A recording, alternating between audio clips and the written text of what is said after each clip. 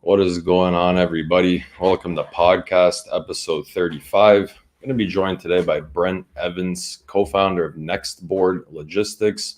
Just before we get into today's show, we got to get into the EF routing top hauls of the week. Coming in at number one for flatbed is a Mississippi to Texas between 2.6 and 3.1 a mile. I mean, we see on the right-hand side lane connectivity this week has been a little tough. Not sure what's going on in the market to cause that, but a little bit tougher to get out of some of these places. Coming in at number two, it's a Mississippi to Texas between 2.6 and 3.3 a mile. On the reefer side, we got Indiana to PA between 3 and almost 4.4. On Indiana to PA between 3 and 3.7. And on the dry van side, we got a Los Angeles to Dallas. I mean, the 3.1 to almost $4,000, which, to be honest, historically, it's pretty solid, right? Also Milwaukee to Georgia, coming in 2.1 to 2.7, which, again, historically, if you can get about $2,000 there, it's not bad. For best loop for dry van, going to be Georgia to PA, PA to Ohio, Ohio to Wisconsin, Wisconsin back to Georgia.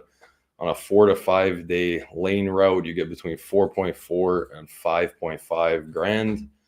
RPM wise, just under $2 a mile, all the way up to 2.4. So pretty solid dry van stats. On the reefer side, it's Illinois to Indiana, Indiana to Wisconsin, over to PA and back to Chicago. Again, 4 to 5 days on a route, coming in at the 2.3 to 3.6 a mile route. So that's pretty solid stuff there too. And on flatbed, Indiana to PA, PA to Ohio, Ohio to PA, back to Indiana. Another 4 to 5 day route. Not sure what's going on with the income disparity here, but between 4.8 and 8.3 on that one. So I guess, there's definitely some really hot freight and some not so hot freight there. But anyways, let's get into today's show with Brent. What's going on, man? Hey, how are you? Good. How you doing? Thanks for having me. I feel like I'm talking to like a freight celebrity, to be honest. So I'm glad. Hey, I appreciate it, man. That means a lot.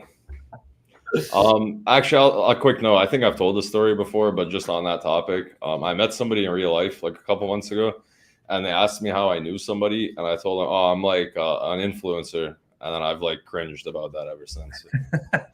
You're an influencer to me, man. So yeah, I appreciate it. But as far as how did you get into logistics? I mean, how did you start your journey? Yeah, I definitely want to tell that story. I also want to give you congratulations on Carrier Defender too. I know that's a big thing this week for you. So just congrats. I don't know if you're new to the founding world, but welcome to being a founder. It's quite a ride. So I mean, I started a plumbing company and ran that by myself, but that was like the easiest thing in the world because I literally just hired a salesman that I used to know and he just gave me jobs. So like I wouldn't even call that a founder. I just had a truck and equipment, dude. So. There you go. Well, welcome back to the club, and we're excited to see what Carrier Defender does for sure. Hey, I appreciate it, man. Like I said, thanks for bringing that up because I actually had a thought to say, look in the bottom left, we got our nice logo situated. Looks so good. I'm happy to see it down there. It's a good looking logo. Anyway, how I got into freight, I'm willing to bet that my story is a little different than most of your other guests that are on here. So I'll kind of pick up my career. I started at Delta Airlines, actually, it's been like a decade at this point, which feels insane. And I actually started working on their product team, their digital team. So think Delta.com or the Fly Delta app. I'm sorry if you're a United guy or I don't know what. I don't think Delta flies to Serbia, so I don't know what airline you're partial to. I'm really not sure, to be honest. When I flew here, I came from Air Canada. So all right, fair enough. Anyway, so that was a really cool experience. That's where I got like my feet wet with software development for the most part, and it was cool. It was like one of the, at the time, like a top 10 e-commerce platform in the world. So, I got to push out features and thousands of people would see it and use it the next day, which was a really cool experience for me. And this is for Delta. Yeah. Delta Airlines. Yep, exactly. And the flip side of that though, is like big corporation. I was like a cog in a massive machine. Right. So it's like, in terms of impact, it like was, it was pretty like a drop in the bucket at that point. You got it. So I worked there for 4 years or so. And then a little thing called COVID happened. I'm not sure if you're familiar with that or not. Yeah. It wasn't the best time to work in the airline industry at that point in time, right? I mean, So it wasn't the best time to work in any industry yeah, except for there were a trucking. few To be honest. industries. I guess in freight at some point just after that, it wasn't too bad. But anyway, so at that point, I took my leave. I actually went to work for a company called rent.com, which is now owned by Redfin. So in the real estate market, and it was my first experience working in like a marketplace on the digital side. So supply and demand, right? We have renters on one side and properties on the other. And so I got to kind of understand market dynamics a lot better, and how we can influence those things and how we kind of need to marry them together. From there, I got headhunted over to a company called Rebus. It's a startup. And what they are trying to do even now is build a marketplace for industrial material transactions. Think steel, lots of flatbed freight in that space, right? Steel coils, steel sheets, all that kind of stuff. Yeah, it's actually like predominantly what we handle in our brokerage. Yeah, exactly. So you get it.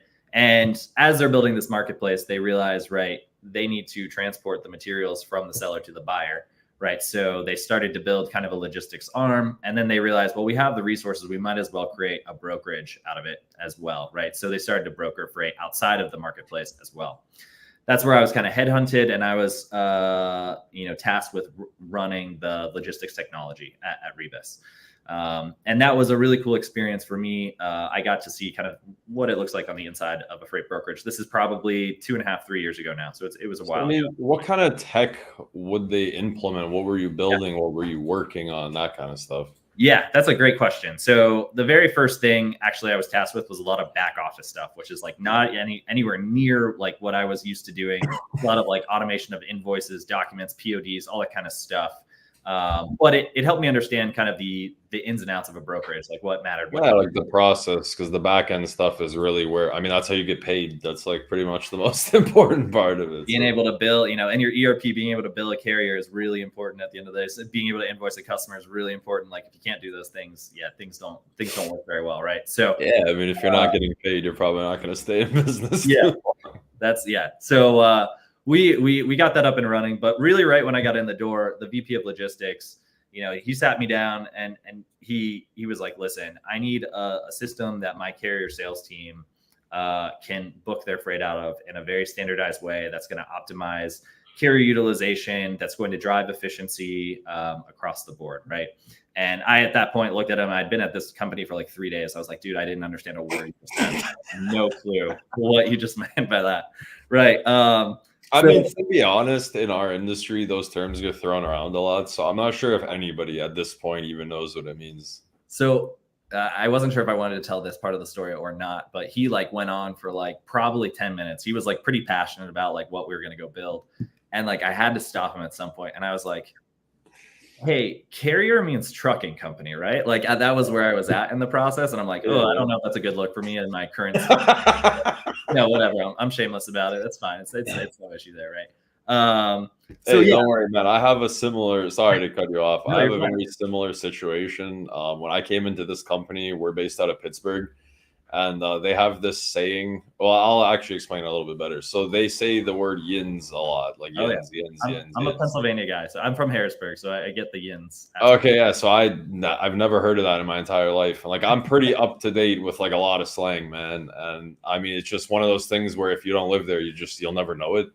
And I didn't want to say anything about it, like when I first came here, because I don't want to look stupid in case, like, I thought, so for the longest time, for about a month or two, I thought Yins was like a coworker of mine. And finally one day I was, what is Yins? Like, and they're like, oh, it just means like you guys. I was like, oh shit, bro. Oh yeah. Yeah, I'm a Pennsylvania guy, so I'm very familiar with Yins. I actually was excited I think it was the best van loops. Carlisle, Pennsylvania. I grew up in the town right next to it, so I'm very familiar with all that stuff. Nice. I mean, yeah, but anyways, the point of that story is it's probably better to say you don't know something like immediately, because 2 months later, I kind of look a lot dumber later on than if you just had it in the moment, right? But anyway, so I worked with this guy. He had a long experience in working in the industry, and he had a vision for kind of what this tool was, right? And so, I got with the team, and really we built this tool out over the span of we got the MVP, so the first version of it, out the door in probably 4 months or so, but then we iterated on it for another year. And what we saw was like a dramatic impact on the team itself in terms of the efficiency, the number of loads they could cover in a single day. Carrier utilization went through the roof. And it was all because we were just optimizing how they, like, who they were reaching out to. And then we actually got into the actual booking process itself. So like digital offers, that sort of thing, that just like streamlined the entire process, right? Yeah. And so that got me and my partner today talking, and we were like, hey, like, who's doing this kind of stuff out in the marketplace? Rebus was uniquely positioned, right, in that they got a pretty nice chunk of investment. It was 2022, so investment was kind of flowing very freely at that point in time, right? Yeah.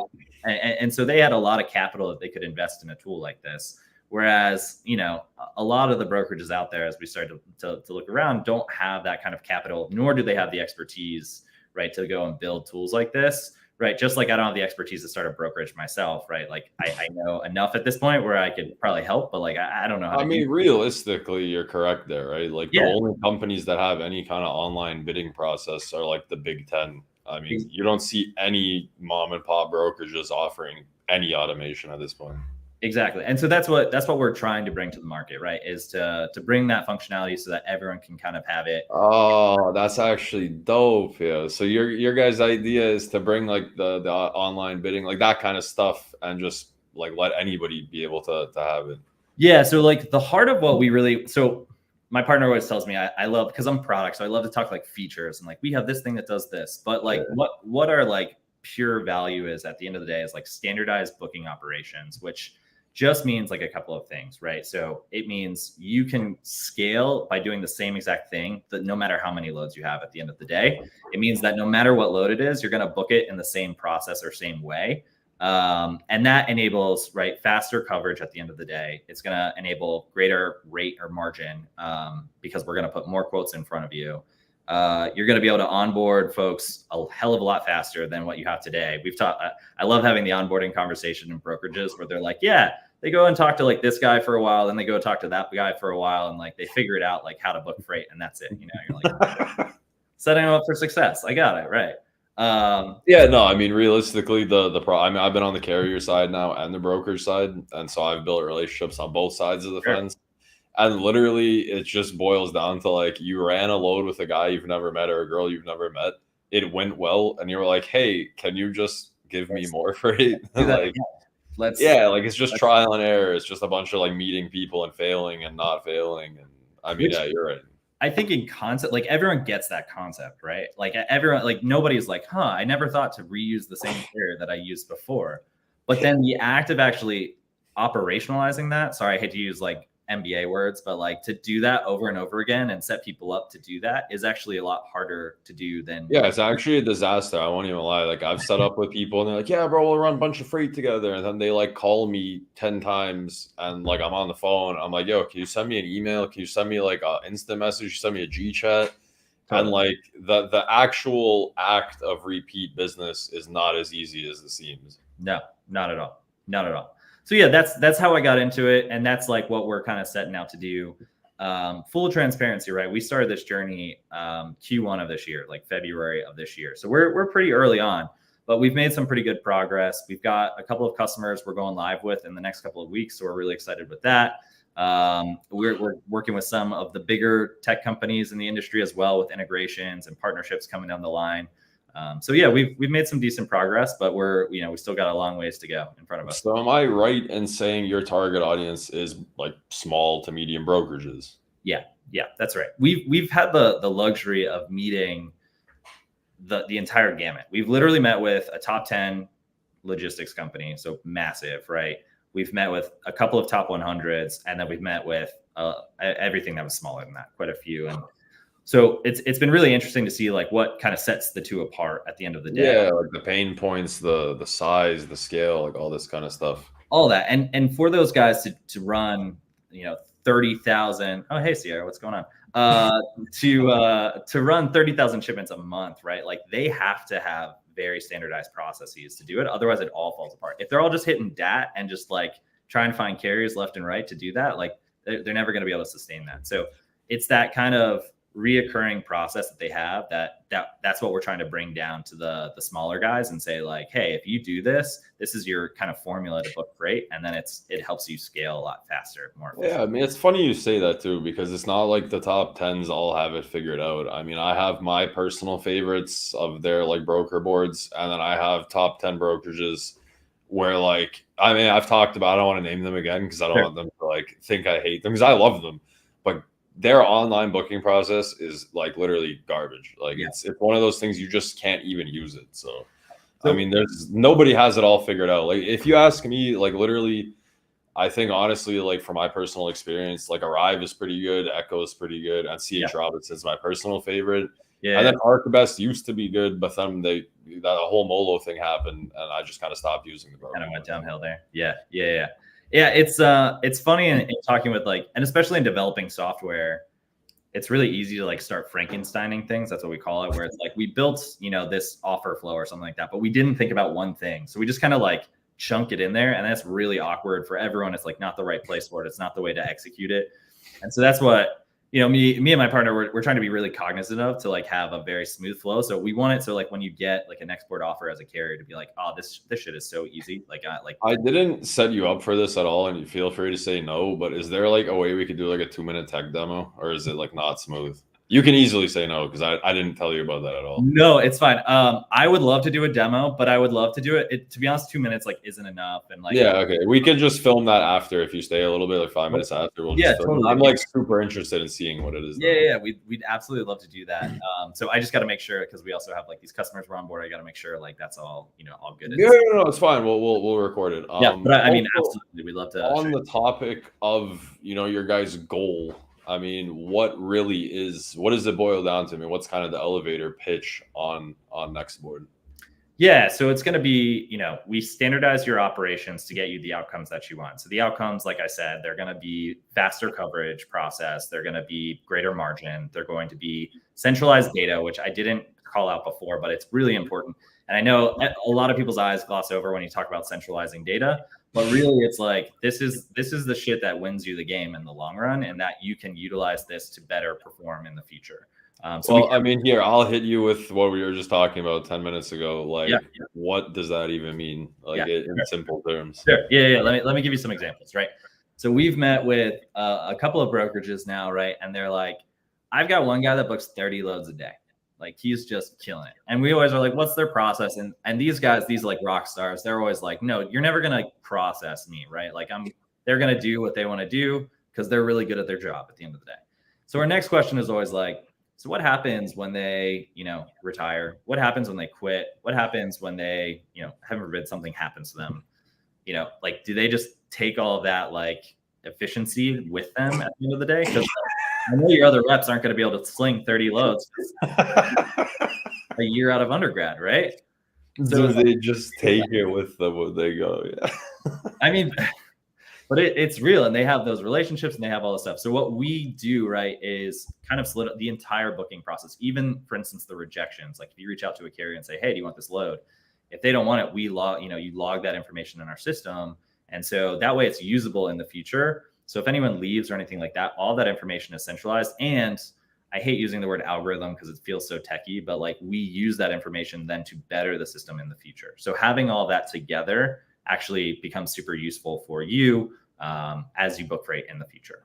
So that's what I'm not sure if you're like the sales guy for this, but like you've sold me on this idea. Like, because you're not like overly pushy about it. You're not like overly like selling it. You're just like, oh, this is like a good idea, and we're trying it out. This is it hits me here just because this sales pitch is 7 months in the making, right? Like we kind of went into this, we're like, we know the value of this thing, we've seen it work in a brokerage, like this is easy, and then we start going out having conversations, and it's like it would just you sold me on that whole analogy of like, why are we not breaking down what the best employees are doing? Because like you're right, if they get sick or they quit, like they're just taking like all of that with them. Like, why didn't you guys learn something from them while they were there? And this is like how we are not a CRM, right? But this is how CRMs became really popular at the end of the day, because sales guys would have big books of business, right? And they would walk out the door and take their, Rolodex with them, and they'd be like, oh, we don't have any of that information anymore.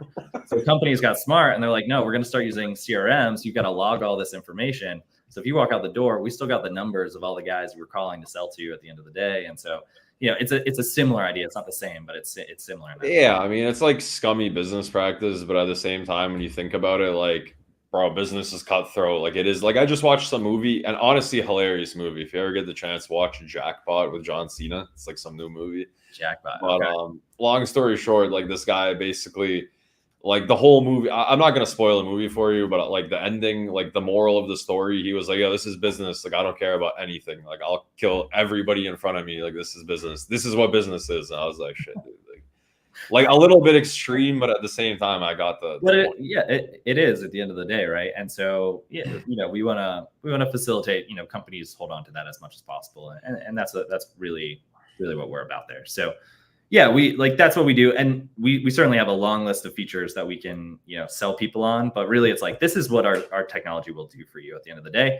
And it's not lost on me, right? There's a billion freight tech companies out there right now. So it's like cutting through a lot of the noise is really tough. And that's something that we're challenged with all the time, but we like to try and get to those outcomes, right? This is what we're going to do. And if you don't see those outcomes, like, we'll talk, and if we need to change. Yeah, I won't even lie. Like, I've sat through this podcast and just like things that I've been doing in my personal life and work life. Like, I've sat through so many pitches, man.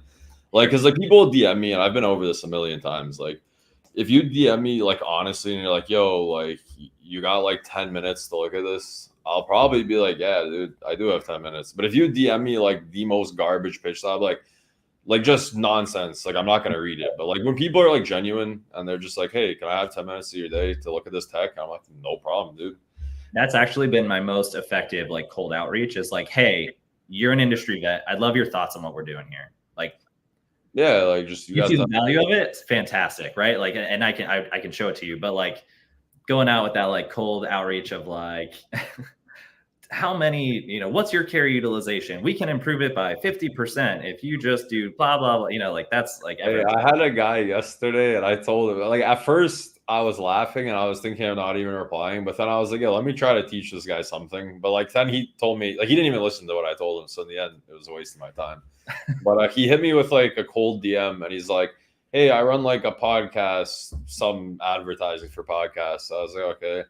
And then I read the next sentence and he's like, in like verbatim, his words were like, "Your podcast has like no viewers." I was like, "Oh, that's cool, bro. Like, thanks for just like slapping me." Like what kind of pitch is that, bro? Like, "You suck, I can make you better." I was like, that's like the worst pitch I've ever seen in my life. Like, in his defense, like, who knows? It could have been his second day pitching whatever he was pitching, and like that, it takes time. It just takes. I mean, I told the guy, maybe you don't lead your pitch with insulting the prospect. Like, that's always a good rule of thumb. Yeah, like, he could have just been like, "I can help you increase your numbers," not like, "You have bad numbers." I was like, shit.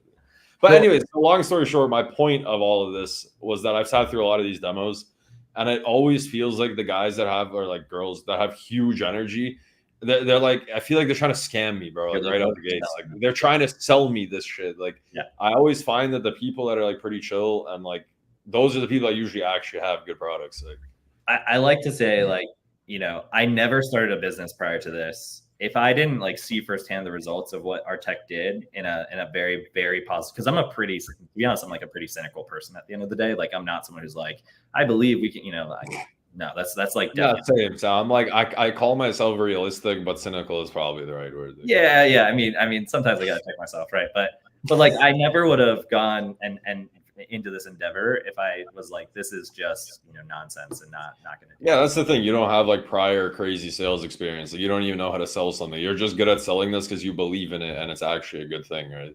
There you go. I'm curious, given your position, I actually have two questions for you, if that's okay. I know I'm not the host of the show, but hey, nobody ever asks me anything, bro. Like, nobody invites me to their podcast. Nobody ever asks me any questions. So it's nice when somebody does. I don't have a podcast to invite you to, but if the day comes, you'll definitely get the invite. All right. So that one. What I was going to ask you is, on both sides, since you've been on the carrier side and you've been on the broker side, right? and you don't have to list specific tech companies, but like what tech have you been impressed with that works well, and what tech have you been like, that's nonsense, like that's Yeah, I'm probably the worst person you could have ever asked that question to, you're like because spreadsheets and that's it. yeah, so literally like on my right monitor is my podcast, and it's just a Google sheet that like I bet you I could share my screen. Wait a second. Like I'm literally the worst person you ever could ask this question to ever, dude. This is literally my podcast. Like Amazing. yeah, it's like color coded for no apparent reason too. I love the colors though. That's a nice color there. Yeah. So long story short, like when I was on the carrier side, I learned like I mean, I got lucky because I came in like I started going full time in logistics. Like when you could cover 7 trucks in like 45 minutes for $10 a mile. Yeah. So I didn't really have a very like rough start. And then when things did start to get rough, like there wasn't really any tech, because the best way to be efficient was just to be the fastest person on the load board. Yeah. And so like I just had a virtual phone that could click to call people, and I was just the fastest guy at clicking stuff. Yeah. So like there wasn't much tech, man. Like I had a GPS for mapping stuff. I had a phone, and like that was it, dude. So well, that's perfect. You're in recruiting now. I mean, you got to call a lot of people for recruiting too. So you got, lots of clicks can help. yeah, I mean, so for me, the tech on the carrier side, I didn't use much of it. Like I just had like a phone. And on the broker side of things, I mean, there's a lot of tech that we have, but again, I wasn't really using much of it just because I was like carrier sales, right? Like I'm just slinging papers. You were that guy who was booking 30 loads a day and was yeah. I was just booking bare freight, bro. That's all I was doing. And like I was trying to get the same carriers to run our freight, and like it wasn't going very well. If I can win you over on this eventually, that means that we really do have something, because you're yeah, for sure. I'm like literally the most like, so I love computers. Like I just built a new I love tech. I have I love tech, man. But when it comes to certain things like Calendly and stuff like I have a pen and a paper. I don't use a lot of like stuff. I don't use a lot of AI tools when I edit my videos. I just do it all by hand. Like, and that's like kind of stupid, right? Because it's 2024. I'm gonna fall behind one of these days. But I'm like really anti-tech for certain things. So that's a really interesting. I'm sorry. I'll take 2 things there. I'll tie it back to the company NextBoard for a second and say like one thing that we are not trying to do is like automate people's jobs away. Like that's the last thing, because I think there is a bit of that movement of just like let a robot do it all for you, and it's like I don't think that, at least not for a while, that's not going to work. Like not for a long time for sure. People are going to want to talk to real people, and so like. What we do think, there's definitely efficiencies gained by technology. And so like, let's remove the tedious nonsense from the stupid stuff, the stuff that's very repetitive and very easy to kind of automate. Even stuff like sitting on the phone and talking through a shipment details, right? Like, and being like, here's the pickup, here's the drop off, here's the services, we need tarps, we need all this stuff. Like that could just be an email, a text, whatever. And then you save that rep a ton of time. You don't have to have this whole big back and forth, right? Yeah. I mean, my favorite and most efficient booking method ever, and I've talked about it on LinkedIn like numerous times, is like you have a broker load board, you click on it, you have the pickup, delivery, dates, times, commodity, weight, you send the G chat, can you do $200 more? No, I can't. Send it over. And you've booked that load in 3 seconds. There you go. And that's exactly, that's the kind of environment we're trying to bring to everyone, so that you can do that with some degree of like, it's going to be more connected carriers and stuff like that, because we know fraud is crazy, right? So we don't want to just open it up so you can see. Yeah. You don't want just any random person seeing your entire load. No. Definitely not that. We're also like, we're not a load board. Like that's not what we are. I think a lot of people think because of our name NextBoard, you think load board, but really it's I definitely thought you guys were some type of a load board. Yeah, so it's speaking much more to like your internal board, like how many shipments you have on your board and working that board. That's what it's all centered around. Yeah, you guys are more of like a community than you are a load board. There you go. Exactly. And then going back to AI, I use ChatGPT like crazy. I would never have been able to do this business without ChatGPT. Like it is, like copywriting, like stupid stuff, like website copy and email copy and marketing copy and all that stuff. Like it's incredible with all that kind of stuff. I call it our third founder at the end of the day. Like this is like a little spot for ChatGPT. Like it's you can add it to one of the logos on the side of your podcast here, because it's I mean, so that's the whole thing. So I'm literally, again, going back to that, like I've never used it. I used it once to type in, why do people hate freight brokers? And got like 30,000 views on that post. That's the only time I ever used it. There you go. And I have to go back. What did it say? Why do people hate them? I can't really remember, but it was basically like they lie and they give you the wrong information and like one other thing. But it was actually pretty funny. I won't even lie, like it was actually exactly the things that like real people don't like freight brokers for. So I know sometimes you ask if like people have good jokes, and so I actually was asking ChatGPT earlier this afternoon, like give me some jokes. What I can honestly say is like all you comedy writers out there that are definitely watching this podcast, because that's your niche. Right. Like your jobs are safe. ChatGPT could not write a good joke. No jokes, eh? No, I read probably 15 of them and I was like, none of these. Some didn't make sense. Some were like just really cheesy, just really terrible. Like it just wasn't. So in the comedy space, you're okay there. You're all right. I mean, what would you say is the use case for ChatGPT? Like what do you like do with it? How do you use it in like a 30-second tutorial? Oh geez. Well, anything copy related, definitely.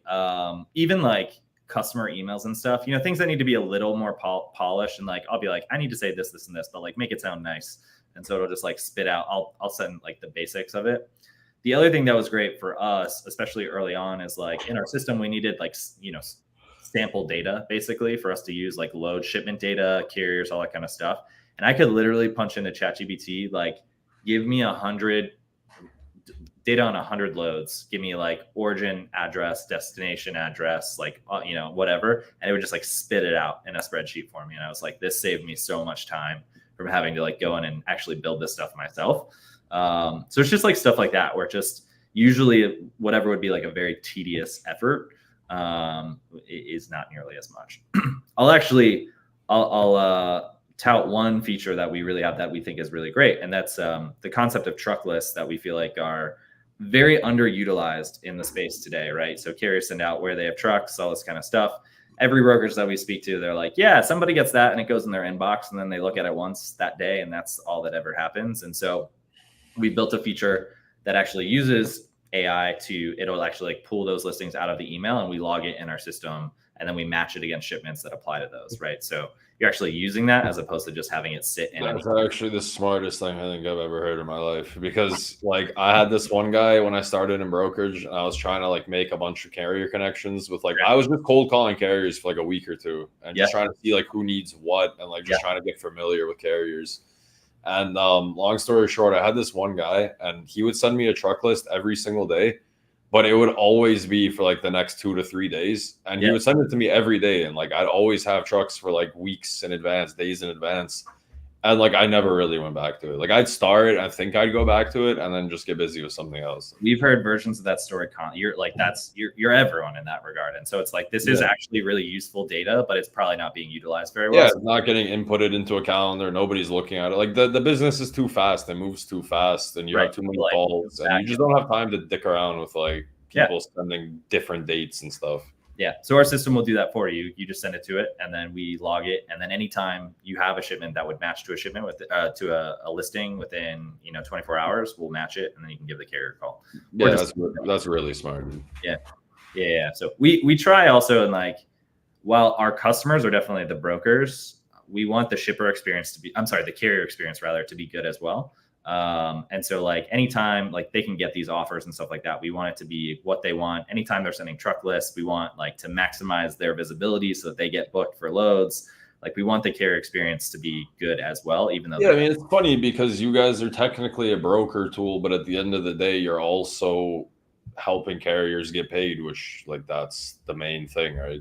Yeah. We're interfacing with them, and the more they want to use us, the better, and the better it is for our brokers at the end of the day. So it's because you'd be like, oh, we got all these carrier partners. The more trucks you have, the better you guys look to the brokers. And I mean, it's just a never ending cycle. Like the bigger you get, the more like the bigger your carrier network grows, the more useful you are to the brokers, and so on and so forth. You got it. You nailed it. That's us. So yeah. Okay. All right, man. Have we missed anything? Because I feel like I have a very good understanding of this, and I'm really interested in it. So. Yeah, we'll definitely do a demo here for sure.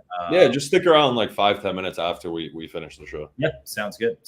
Is there anything we missed? Any closing kind of things you want to say about NextBoard before we move into the fun stuff? Yeah, I'll just say this, right? So I mentioned we're pretty new into the game, but we're always interested in meeting with brokerages, right? So we, as of right now, we're integrated with TIE and Turbo TMS. Those are the TMSs that we're going with. However, that's a temporary list, right? We're going to continue to grow that. So if you're using either one of those TMSs, definitely give us a call. If you're not, give us a call either way. And by that, I mean, reach out to me on LinkedIn. That's fine. And we'd love to meet with you, hear from you, understand kind of what your needs are, and get things going. Yeah, that's we're really excited. We think we got a great product here, and we're excited to see where it goes. Yeah, man, I like your energy. Like I said, I always feel like the people who are like way too enthusiastic about it are like the ones that actually have like pretty garbage products. So I feel like when people are pretty chill and calm and they have like a good, like, that's the thing. You have to really like your product, because if you don't even like your product and you don't believe in it, like, who the hell is going to believe in the product? Right? Dude, I know my partner. First of all, I told my partner, who is married with, he has a wife and a kid, and I was like, I guarantee you and I talk more than your wife and you do, because we just we're like, hey, dude, what if we did this? What if we did, So just I mean, I eat, sleep, dream the product all day long, and that's how we're trying to make it really good at the end of the day. My first boss in plumbing, he's actually the one when I think I was like 17 or 18 when I started plumbing. And I mean, we were drain layers. It's like a whole different. Anyways, long story short, he's like, bro, like, make sure you keep the truck clean. Make sure you keep everything clean. I was like, bro, like, what's like, one day after like the 6th day of working with this guy, I'm like, what's your problem, dude? Like, and he's like, man, me and you spend more time together than you spend with your family. So like, can we have like a clean work environment, and can we be like good to each other? And I was like, that's stuck in my head my whole life. Like, you spend more time probably with your coworkers than you probably do with your family, which, yeah, I mean, it's a wild fact, which we won't think too much about, but yeah, it's so true. Yeah, but I mean, that's the thing. I always look at it like, when you're young, you should be on that hustle, and then like hopefully you can chill a little bit later in life. But when you're young, like, that's when you have time to do shit. That's the goal, right? That's the goal. Yeah.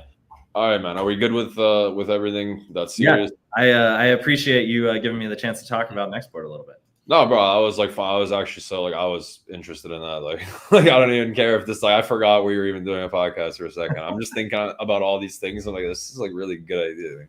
Love it. Love it.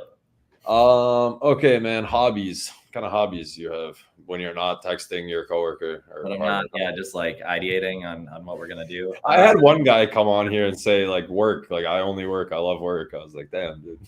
I shouldn't say it's sad. It's not sad. It's not sad. It's not sad at all, because he's a really cool guy. But at the same time, if I didn't like play video games and like edit videos and play basketball, like, I would not be happy every day. Totally. Yeah. I mean, I'm definitely like a work to live kind of guy, even though I work a lot. Like, that's totally fine, and I like what I do. But I'm just like I don't sit still very well, I would say. So I'm a pretty active guy, whether it's like going to the gym. I just played in a grass volleyball tournament on Saturday. I had a pickleball shirt on earlier today. So I'm really big into pickleball. I don't know if that's made it to Serbia or not yet, but here in the States, it's really big. I know. I keep seeing it exploding and exploding. I'm like, I can only think of the day if it ever makes it over here. Just two dudes, like two old guys that don't speak English, and they're playing this stupid shit. Like, there's no way it's made it here. I mean, we have the best tennis player in the world, so everybody just plays tennis. I was literally about to ask. So on Friday, I have a tradition with my family. We go to the U.S. Open every year, actually. So on Friday, I'll be there. Are you watching Novak very much? Are you a fan? Or are you just? I mean, so I actually just found this out myself. So before he became famous and good at tennis, nobody in Serbia watched tennis, and I didn't know that, because I thought tennis was just part of our culture. And then very recently, when the Alcaraz game was on, my buddies were like, bro, nobody in Serbia watched tennis ever before this guy. Like, Serbians only like winning. They don't like tennis. Like, they just like anybody that's Serbian and good. That try. I mean, I think that's kind of across the board, right? Like, I think that's kind of fair. But he is.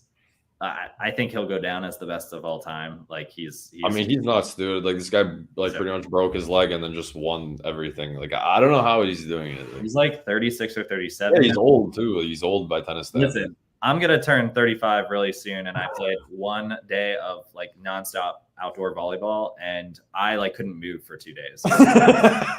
The fact that he can go out and play like matches that last 4 hours at his age and just like keep crushing it is against like 22-year-olds, mind you. Like that's insane to me. Like, I mean, dude, I basically I don't want to talk about my age because I was told not to very recently. But I'm not very old, and I'm really good at soccer. At least I used to be when I was younger. And I recently moved to like this village, and I found out very recently that we have a basketball court and like a little like cage soccer field thing, and Okay. the floodlights stay on. I don't know how late. I guess all night. Because when I lived in the capital of Serbia, the floodlights would turn off at like midnight or 11 o'clock, and I finish work at 11 o'clock or midnight. And I Yeah. was like, well, this is like garbage for me. So now I can go at 2 in the morning and just go play soccer, dude. It's awesome because the lights are on the whole night.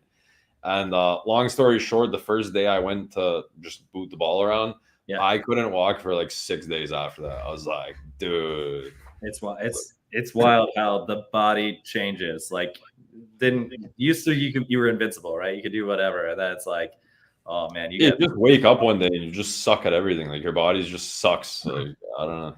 I'm in that too. I never even really know what's happening in the moment. It's always like the next day, and I'm Yeah, just yeah. Your body feels great in the moment. Like in the moment, you feel amazing, adrenaline, happy. like, You don't want to stop playing, and then you wake up the next day and you can't move. It's like can't move. Yeah, that's real. That's real. So yeah, I like to keep any kind of sport. To be honest, I grew up playing soccer and basketball as well. I don't really play them much anymore, but like if somebody asked me to play it tomorrow, I probably would go do it. I'm pretty open to that. So that I like to travel. Since I've started this gig, I've had to travel a lot less. I'm hoping I can travel for work a little bit in the near future. But I like to get out there. I've never been to Serbia. It's on my list. hey, come by anytime, man. It's really cheap. You can school me on the soccer field, and then we can get beers afterwards or something. Yeah, I was gonna say we're not gonna play basketball because I'm really tall, and my whole life people have been like, "So do you play basketball?" And the answer is no. I actually have never played basketball, and I played in a men's league when I came here just for fun with the guys from my old office, and I played 6 games as center, and I did not get 1 point. So. I'm very bad at basketball. I can shoot the 3 for some reason. Like, I got a pretty good 3. Big guy who can shoot. That's a powerful combo right there. Yeah. So I mean, on topic of like sports, do you watch any sports? Yeah. I mean, so I went to the University of Florida. So when I went to school there, I was blessed with great athletics. I got to catch the last like Tebow national championship. And then ever since I left, like it's just been kind of a disaster, especially on the football field. But I watch a lot of Florida football. And I just watched all the Olympics. I was actually really sad when the Olympics ended because that was just like very entertaining for me. I'll watch the NFL, but I'm not like super passionate about the NFL. So yeah, I definitely watch a fair amount. Yeah, I played a bunch of football in high school, and I was like pretty good. And I don't watch any football. I watch the Super Bowl though. That's literally all the football that I watch an entire year. Like that's kind of how I was with basketball. I played basketball my whole life, and I never really watched that much. Like I don't watch the NBA that much. Yeah, you know what sucks though about basketball? When I lived in Toronto, I didn't watch any basketball. Like maybe a Raptors game sometimes, and like obviously the season when they won, I watched every game. Sure. But now that I came to Serbia and I actually play some basketball and like basketball is on at like 3 a.m, 4 a.m start time. So like now I can't watch it even if I wanted to. Which you gotta DVR it and not look at your phone beforehand or something like that. I don't know. I can't watch. That's like a whole different topic. I can't watch a sports game after it's live. It's only fun for me when it's live. I get that. That's real. Yeah. So yeah, I'll watch pretty much anything that's going on. I'm excited. We're getting into that time of year where like there's a lot, at least in the States, there's like a lot of sports to be watching. The summer's a little. I'm not a big baseball guy, so like I don't. Like summers. I went to like 4 Blue Jays games in my life, and I left before the 5th inning all 4 times. Every time I go, it's more of a social thing than it is to like actually. Yeah, it's just a place to go drink beer with your friends. It's not a place to watch anything. Like. But back on the topic of tennis, I got to see Novak play here in Serbia, the Serbia Open, like 2 or 3 years ago. And that's the only time I've watched professional tennis in my life. And I have like a fully different appreciation for that game because the ball in real life moves insanely fast. Like on TV, it looks like a joke, but in real life, it's just teleporting. Like I always think like they make it look so easy. So like when you go out and actually play tennis, then you're like, I can do that. Like, no problem. And then you get out there and you're like, man, this is. I had a cousin who got scholarship full 4 years to Minnesota. And I used to spend summers with her, and they had a tennis court in the backyard. And she would serve it at me like literally full speed, like 100 miles an hour. And I was like, dude, this is insane. And like she was so good to the point that she played like she would practice with like the university guy team. Like so like it was nuts, man. Like when somebody serves that ball at you that fast, like it just teleports past you. Like you can't like you have to move before they hit it. And like that's pretty crazy. It's insane what they do at the top level. It's wild. Yeah, tennis in real life is like way better than tennis on TV. Agreed. As far as music goes, that's one I can't guess for you either. Honestly, I mean, I listen to a little bit. I'm not that interesting on the music front. I would say I listen to a little bit of everything. I'd be lying if I said I didn't listen to pop music. I like dance or like EDM. Yeah, I listen to like a lot of things. Like, so my main thing is Gucci Mane, like stuff like new rap. I mean, mostly, but Gucci Mane is my all-time favorite. Sure. And I'll be listening to shit sometimes that people would be like, "Nah, there's no way this guy listens to that." Like, I like a lot of random stuff too. Yeah, I'm kind of all over the board. I'm not a big. I would say like the one thing I don't really listen to is country music. Like that's not really. That's not really my thing. But yeah, otherwise I'm pretty open. Yeah, I think we're the same there. Like other than country, like just it's not. It's fun. I lived in the country for a bit, and technically I do live in a country now. But I live in a country in a different country, and we don't do that out here. So. Where country is? Where did I hear it? There's like country music now, like a country music artist somewhere in like it's like Western Europe, but it was it sounded so strange to me, but it was like the same like twang as the United States country music. If you ever want to know what people listen to over here, just type in turbo folk music. Like when you go on YouTube, you'll laugh so hard, dude. That's good. That's good. All right, man. Craziest logistics story.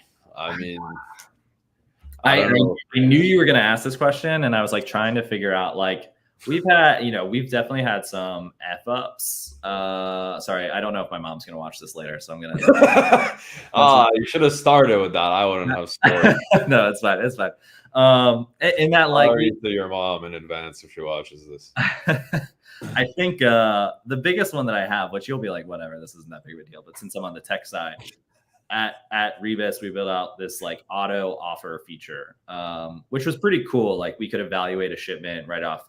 Someone would add it to the TMS, and then if it met certain criteria, we just like automatically extend an offer to a carrier that they could accept, right? Which it worked in theory pretty well. Not in theory, in execution, it worked pretty well. Until I realized like how people were actually adding shipments to the TMS, which was a lot of the sales guys would actually like clone existing shipments, and then update them. And so what that would do is like it cloned everything about the shipment, including like the rate and for like the customer pay information and stuff.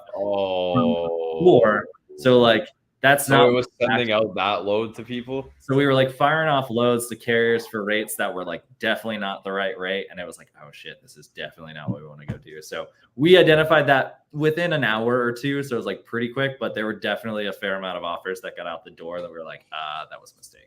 It's actually funny because my girlfriend does all the data entry, like all the TMS load entry, like right next to me, like literally like 2 feet away from me. So I see her whole day just cloning loads and just changing. Yeah, so I know that's exactly what most people do. Yeah. So it's like, all right, I'll never forget that in the future. Like we will have a safeguard against that. So that's, if someone's cloning a load, that's not. Yeah. That's actually a pretty big mistake.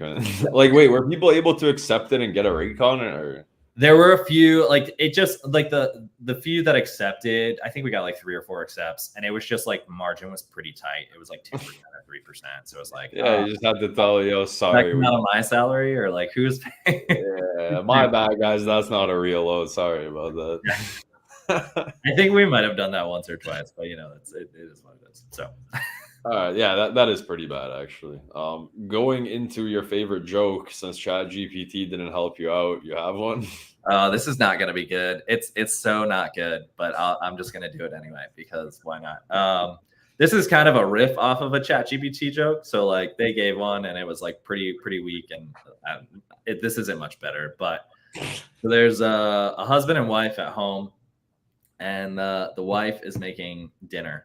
And as she's like moving a plate, she ends up dropping it, like shatters all over, like spills all over the floor, and she's like all distraught, and she's like trying to clean it up, and the husband looks at her and he's like, sweetheart, like it's fine, don't worry about it, we have to learn to embrace our mistakes. And so she stops cleaning up and she walks over to him and she gives him a hug. Think about it. He's the mistake.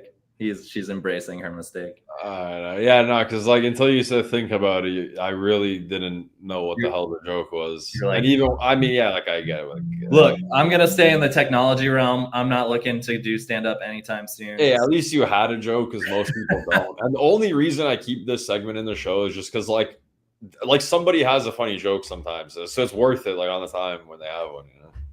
But yeah, that's not going to be the highlight of the show. I don't think is that issue with that joke is it takes way too long to get to a very mediocre punchline. That's the issue with that joke. I'll take note for the next time. It's just way too much lead up for a very like bad joke at the end. I'll workshop it for sure. Yeah, just condense it. Like, so like this lady broke this plate, and then her husband said, "Don't worry about it. Like we all make mistakes." And then like she hugged him, and that's it. Like, yeah.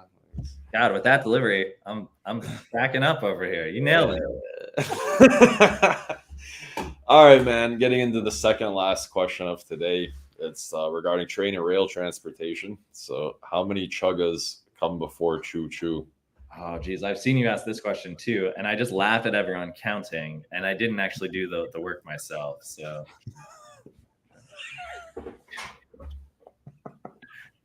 13. 13. Check it. It depends. I don't know. Am I overcounting? I'm clearly overcounting. I don't know. 13 chuggas, bro. A lot of chuggas to my chew. Bro, how fast do you speak? If I said 13 chuggas, it would be like a minute and a half later, dude. God damn. Wrap it up. I don't know. What's the right answer? It's the right answer. Technically, it's 8, but if you asked me, I'd say like 4. Doing it in my head. 13 is insanity, dude. And the fact that you knew about the joke or like the question and you didn't do the work and then you gave that answer is insane. You know, my train goes a little faster than everyone else's, so it's got a few extra. Yeah, your train goes chugga. Your train. See? Your train's boosting it down the rail yard. All right, man. Final thing, chicken wing choices, sponsored by Fair Trade Workforce. You're not gonna like them. I'm just gonna tell you. I also have sponsored by Fair Trade Workforce. The founder Vince Gonzalez. They offer outsourced employees recession-proof rates. On the topic of chicken wings, drums or flats? I do like drums, which I think you like those, or no? You like flats? Well, what's your answer? Drums. Oh, okay. Yeah, so you're good there. Ranch or blue cheese dipping sauce? Ranch. No, that's fair. Breaded or non-breaded? Non-breaded, man. I don't want. Yeah, no, that's not fair though. That's terrible. That's like that's a waste of food, bro. At that point, I have a suggestion for you on these to add one more, and that's what's your favorite kind of wing? Like what flavoring do you like on your wings? Oh yeah, like the actual sauce. You know what? Like, yeah, I've been thinking about it and thinking about it and thinking about it. But like, that's the problem. You know what's the problem with that question? And I've thought about this many times, dude. You know, like those stupid chain restaurants like Buffalo Wild Wings, or like, I don't know what they're called in the States, but yeah, Buffalo Wild Wings. Sure. Yeah, I mean, we had that again, like Buffalo Wild Wings, and then I don't know, like 1 or 2 or 3 of those like wing chain places. They offer like 8,000 sauces, dude, and like I'm gonna end up having some guy come over here and be like, pineapple Jamaican me crazy sauce, and I'm like gonna be like, bro, doesn't sound that bad, to be honest. I would. Yeah, that's a real sauce. That's actually the sauce I used to get. Like. Fair enough. I know you're not gonna end up with too many options, and people are gonna come and say some crazy stuff. There's not gonna be a guy that comes here or a girl that comes here and be like, I like honey mustard. Like, nah, it's gonna end up progressing into this realm of like insanity, dude. Well, I wouldn't want to push the realm of your podcast into insanity. So maybe I just don't want to end up with people with like these made up like cotton candy chicken wings. I don't want to get into absolute chaos. I wouldn't try that one for what it's all right, man. Stick around 5 to 10 minutes. Let's do a quick demo off air and let's wrap it up for today. Thanks so much for having me. I appreciate it. Appreciate it, bro. That's it for podcast episode 35 with Brent Evans, co-founder of NextBoard Logistics. Hit them up. They are a newer company, but they seem like they got their stuff together. And that's it for today.